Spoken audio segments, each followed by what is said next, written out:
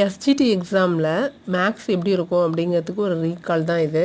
முன்னாடி கேட்டது தான். 2ல் எத்தனை 2/3 இருக்குதுன்னு கேட்டிருக்காங்க. 2/2/3ன்னு போட்டால் 2/3 மேலே வரும்போது 3/2 ஆகிடும். 2 அடிப்பட்டதுன்னா 3 2/3 இருக்குது.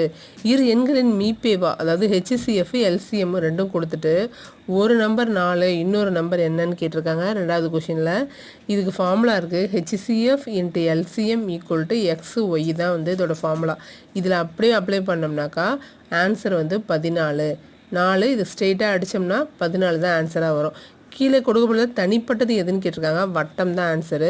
ஒரு வகுப்பில் 10 பேரோட சராசரி 166. அதில் ஒருத்தரோடது 150ன்னு போகிறதுக்கு பதிலாக 160ன்னு போட்டாங்க. இது ஒன்றும் இல்லை, 10 × 166 பெருக்கிட்டு திரும்ப அதில் 10 கம்மி பண்ணிவிட்டு திரும்பவும் 10ஆல் டிவைட் பண்ணால் 165 தான் ஆன்சராக வரும்.